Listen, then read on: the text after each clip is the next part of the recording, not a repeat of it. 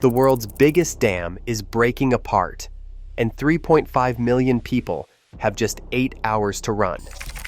The Kariba Dam holds back more water than any man-made structure on Earth. 180 billion cubic meters. And right now, something is eating it from underneath. Not a crack, not a leak, a hole. A massive growing hole carved directly beneath the foundation, 50 meters deeper than the engineers ever designed for. And it is still getting bigger. When this dam goes, the flood wave will be so powerful it will destroy a second dam downstream. Then the water keeps moving, across 3 countries, through cities of hundreds of thousands of people. But here is the part that should terrify you. The people in charge know. They have known each other for decades. And the fix they promised? Still unfinished. Still years away. So the question is not if the math catches up to this dam. The question is, will the repairs get there first? The Kariba Dam sits on the Zambezi River at the border between Zambia and Zimbabwe in southern Africa. It is 128 meters tall and 579 meters wide.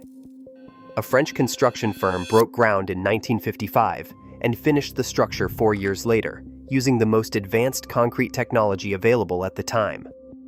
When the last pour set and the floodgates finally closed, engineers from around the world called it the most ambitious construction project ever attempted on the African continent. They were not wrong. Behind the dam sits Lake Kariba, 5,400 square kilometers of water stretched across the landscape like an inland sea. By volume, it holds more than 180 billion cubic meters, still ranked today as the largest man-made reservoir on the entire planet. No other structure built by human hands traps more water. Not anywhere on Earth. The dam produces 1,626 megawatts of electricity. That number does not sound dramatic until you understand what it actually powers. Roughly 40% of all electrical power consumed by Zambia and Zimbabwe combined flows from this single structure on the Zambezi River.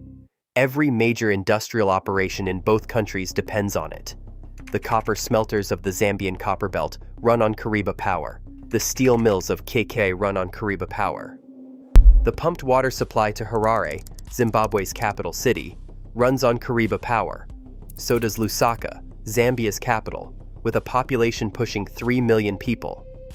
This is not a regional utility. This is the backbone of 2 entire national economies. Remove Kariba, and you do not just lose electricity. You lose copper production. You lose steel output. You lose clean drinking water in the 2 largest cities in the region. Factories shut down within hours. Food storage collapses within days. The economic chain reaction reaches every household, every hospital, every school across a combined population of 25 million people. No backup exists at this scale. No alternative power grid can absorb the loss. No emergency system has ever been fully funded or tested for a failure of this magnitude. When Kariba was completed in 1959, the whole world celebrated. Government officials gathered at the dam wall. Photographers captured the moment. The structure stood as a symbol of what modern engineering could accomplish in Africa. Proof that this continent could build something the entire world would notice. 65 years later, that symbol is in serious trouble. The dam still stands. The turbines still spin. The lights in Harare and Lusaka still turn on every morning. But underneath the structure, hidden from every press release and every public statement, something has been going terribly wrong for decades now. And the window to stop it is closing fast. Here is the detail that changes everything. Every time the Kariba Dam releases water through its spillway gates, that water hits the riverbed below at enormous speed. The force is so powerful that over decades, it carves a hole into the rock directly underneath the base of the dam. Engineers knew this would happen. They planned for it. They called it the plunge pool, and their calculations predicted it would eventually stabilize at a depth of around 30 meters. 30 meters was the number. That was the safe number. That was the number the entire design was built around. The plunge pool is now more than 80 meters deep. That is not a rounding error. That is not a measurement dispute. That is a hole in the riverbed that is 50 meters deeper than anyone who built this dam ever accounted for. And it is not finished growing. In 2010, engineers sent an underwater acoustic imaging system into the plunge pool to get an accurate picture of what was happening below the surface. What they found stopped the room. The pool had grown by 10 meters in depth over the previous decade alone. 10 meters in 10 years. That is the height of a 3-story building, carved out of solid rock, silently, while the dam above kept operating and the lights in Harare and Lusaka kept turning on. The 2010 survey triggered an international engineering review. Specialists were called in. The numbers were examined from every angle. The conclusion was the same every time. The erosion had advanced far beyond what the original designers had modeled, and it was advancing toward the most dangerous place it could possibly reach, the toe of the dam itself, the base, the point where the structure meets the ground.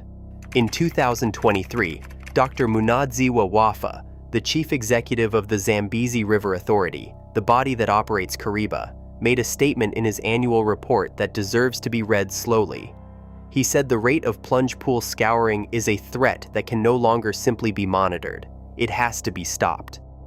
Because if the erosion reaches the downstream face of the dam, he said, the structural integrity of the entire concrete arch becomes indeterminate. That word matters. Indeterminate is not a word engineers use lightly. It does not mean uncertain. It does not mean risky. In structural engineering, indeterminate means the failure cannot be predicted. Not when, not how fast, not in which direction the collapse moves first. The hole beneath Kariba is 50 meters deeper than designed. It is still growing, and the man in charge of the dam just admitted they can no longer watch their way out of it. The world knew. That is the part that makes this story so hard to sit with. The engineers knew. The governments knew. The international financial community knew.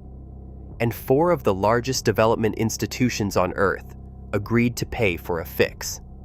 In 2014, the World Bank, the African Development Bank, the European Investment Bank, and the Swedish International Development Agency came together and approved a $294 million rehabilitation program for the Kariba Dam. $294 million. That is not a study. That is not a committee. That is a commitment, in writing, with a budget, from 4 of the most powerful financial institutions on the planet. The program had 2 goals. The first was to reshape and grout the plunge pool, to physically fill and reinforce the hole eating through the riverbed beneath the dam's foundation, and halt the erosion before it reached the toe of the structure. The second was to upgrade the 6 spillway gates along the dam's crest, which control how water is released and are critical to managing reservoir levels during heavy rainfall. Work began in 2016. The spillway gate refurbishment moved forward. Progress was visible. Reports were filed. Schedules were tracked. Then the plunge pool work ran into trouble.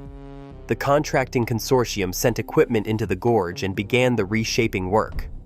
What they found when they reached the bedrock was not what the pre-construction models had predicted.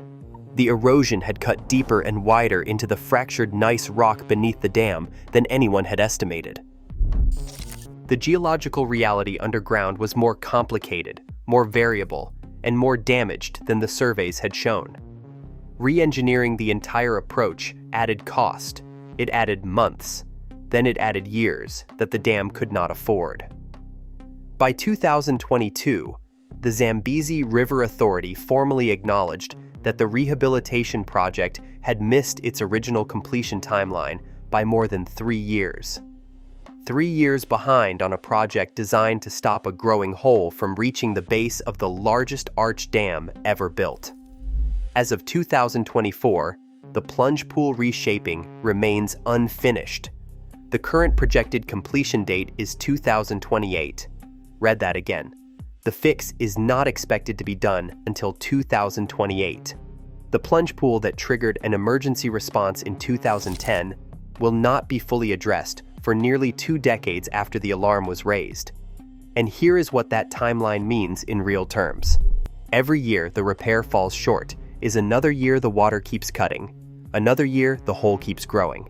Another year the erosion moves closer to the one place it must never reach. The money was there. The plan was there. The clock, unfortunately, does not care about either. The plunge pool is not the only problem. Beneath the Kariba Dam, the foundation rock that the entire structure rests on is not the solid, uniform base that the original engineers assumed. It is fractured quartz mica gneiss, a type of rock that in some areas is dense and reliable, and in others is jointed, cracked, and far weaker than it appears on a geological survey. The designers in the 1950s worked with the best mapping technology available at the time. They were thorough, capable engineers doing rigorous work. But the tools of that era could not reveal what decades of operation, constant hydraulic pressure cycling, and a growing void in the riverbed below would eventually expose. The rock is more variable than the surveys documented, more unpredictable, and it sits underneath the most water-loaded structure on the African continent. In 2016, the independent consulting firm Tractable Engineering, commissioned by the Zambezi River Authority, completed a detailed inspection of the dam structure. What they documented in their report was not what anyone wanted to find.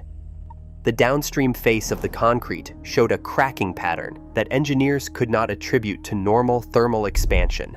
Concrete expands and contracts with temperature changes. That produces predictable cracks in predictable places. These were different. The pattern was inconsistent, and the cracks were widening. The Zambezi River Authority responded by installing one of the most extensive structural monitoring systems ever placed inside an active dam. More than 200 sensors were embedded inside the dam body. They run continuously, around the clock, logging strain levels in the concrete, temperature fluctuations, pore water pressure inside the structure, and the aperture of the existing cracks, meaning how wide each crack is and whether it is getting wider. 200 sensors, running every hour of every day, watching a dam hold back 180 billion cubic meters of water. The Zambezi River Authority has assured the public that Kariba is safe and that the risk of imminent failure is low. That statement is true. It is also incomplete. Safe, in engineering terms, is an operational definition. It means the monitoring data does not currently show a runaway failure mode in progress. It does not mean the dam has returned to the structural margins it was designed to operate within. It does not mean the cracks have stopped widening. It does not mean the foundation rock has stabilized. It means the sensors have not yet recorded the specific combination of readings that would force an immediate evacuation. There is a very significant difference between a structure that is safe and a structure that is being continuously watched to make sure it stays that way. Kariba is clearly the second kind. To understand what is at risk, you need to understand how a dam like Kariba actually fails. It does not happen the way movies show it. There is no single crack racing across the face of the structure, no dramatic explosion, no wall of concrete suddenly giving way in one clean break. The failure mode that engineers fear most is called piping. Water finds the weakest path through the foundation, a joint in the rock, a widening crack, a gap where the concrete meets the ground. It moves through that path slowly at first, carrying tiny particles of rock with it. The path widens. More water follows. The widening accelerates. By the time anything is visible on the surface, the process has already been running for hours, sometimes days. Kariba is what engineers call a double curvature concrete arch dam. That design is extraordinarily strong under normal conditions. The arch shape transfers the massive weight of the water behind it outward into the rock walls on either side, what engineers call the abatements. The system works as long as those abutments hold their position without moving. If the foundation rock shifts even a fraction of a degree, the stress inside the arch redistributes. The structure was not designed for that redistribution. It has no tolerance for it. This is not a theoretical failure mode. It has happened before. In 1928, the St. Francis Dam in California collapsed without warning in the middle of the night. It was a double curvature arch structure. The failure was caused by unanticipated movement in the foundation rock on one side of the dam. The wave it released killed more than 400 people. In 1959, the Malpasset Dam in southern France failed during heavy rainfall. It was also a double curvature arch dam. The mechanism was identical. Foundation rock on one abutment moved under load. The flood wave killed 423 people and destroyed entire towns within minutes. Both dams were considered safe by the engineering standards of their time. Both failed through the same mechanism. Both failures were traced back to foundation rock behaving differently under sustained load than the original surveys had predicted. Kariba is the largest double curvature arch dam ever built. It is operating with a foundation that is more variable than documented. It has cracks in its concrete face that are widening. It has a plunge pool 50 meters deeper than designed, still advancing toward its base. If Kariba fails under a full reservoir load, engineering models indicate an initial pulse of up to 70,000 cubic meters per second of water released into the Zambezi Gorge. That number has no historical comparison on record. Nothing like it has ever been recorded. Now picture what happens downstream. The Zambezi River below Kariba does not open into flat, empty countryside. It cuts first through a steep and narrow gorge, then gradually widens into floodplains that stretch across parts of Zambia, Zimbabwe, and eventually Mozambique. Along those plains sit towns, farming communities, and cities holding hundreds of thousands of people who wake up every morning within the impact zone of the largest arch dam ever built. The town of Kariba, Zimbabwe, sits 3 kilometers below the dam wall, population 29,000. In the event of a full structural failure under a loaded reservoir, the initial surge arrives in minutes, not hours. Minutes. There is no warning system that operates fast enough. There is no evacuation window wide enough. 29,000 people, 3 kilometers of distance, and a wall of water moving at speeds no road can match. Within 1 to 3 hours, the flood wave reaches the communities of Chirundu, Kanyemba, and Luangwa, towns spread across the widening valley where Zambia and Zimbabwe share the lower river corridor. The wave at this point carries the full released volume of 180 billion cubic meters behind it. Roads are already submerged. Communication lines are severed. Movement against that volume of water, at that speed, is not possible. Then comes the second dam. Downstream inside Mozambique sits Cahora Bassa, the second largest hydroelectric facility on the African continent. It is a significant and capable structure. Its maximum flood routing capacity is approximately 13,000 cubic meters per second, the most water it can safely absorb and release without being overtopped. The initial pulse from a Kariba failure is modeled at up to 70,000 cubic meters per second. Cahora Bassa cannot absorb it. The numbers are not close. The dam overtops within hours of the wave's arrival.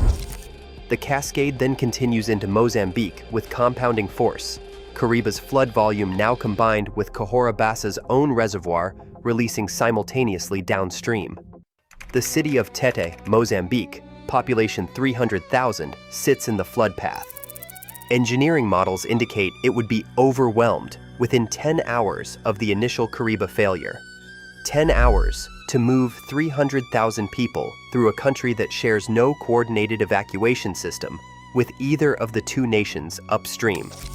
Across the full downstream corridor, 3.5 million people live within the modeled impact zone. 3 countries.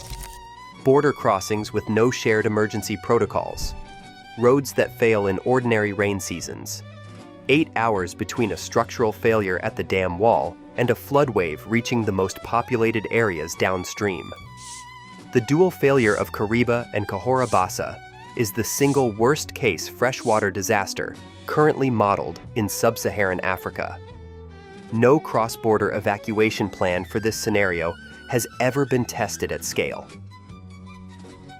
On a morning in September 2023, an engineering inspection team from the Zambezi River Authority prepared to descend into the plunge pool beneath the Kariba Dam. The vehicle they used was a yellow, remotely operated submersible, the kind designed for oil rig inspections in the deep ocean. Built to operate in water with no visibility, under crushing pressure, at depths that would destroy any diver. The team lowered it over the side of the dam's concrete apron and watched it disappear into the dark water below. The lead engineer on duty was a woman named Joyce Mukaya.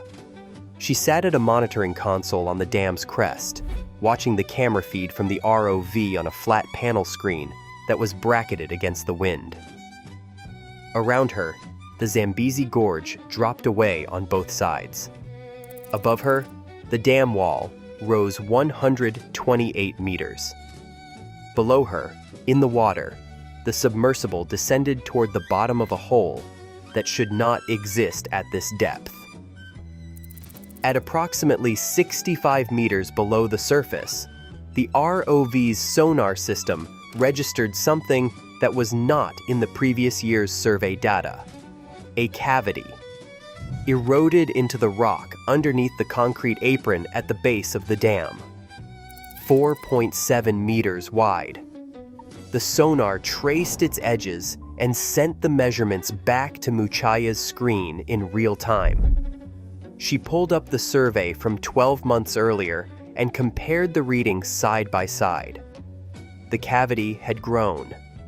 In 1 year, during an active rehabilitation period, with crews working and funding in place and international attention on the structure, the void underneath the concrete had expanded by 30 centimeters. 30 centimeters in 1 year.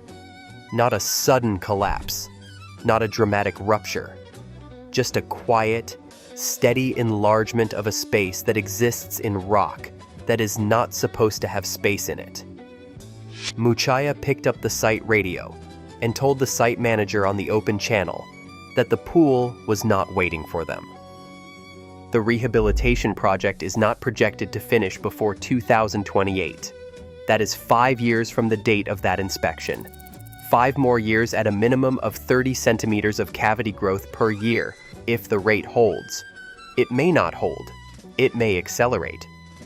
The rehabilitation work itself, when it operates in the plunge pool, generates turbulence that can affect the erosion pattern in ways that are difficult to model in advance. What the ROV found in September 2023 was not a catastrophe. It was something in some ways harder to respond to than a catastrophe. It was confirmation that the problem is patient, consistent, and completely indifferent to the repair schedule posted on the wall above it. Somewhere in the Zambezi Gorge tonight, the spillway jets are still cutting the rock. The 200 sensors inside Kariba's concrete are still transmitting. The plunge pool is still growing, 30 centimeters deeper than it was last year, and the year before that, and the year before that. The rehabilitation project will not be finished until 2028 at the earliest. The reservoir above the dam holds 180 billion cubic meters of water, and it is not going anywhere.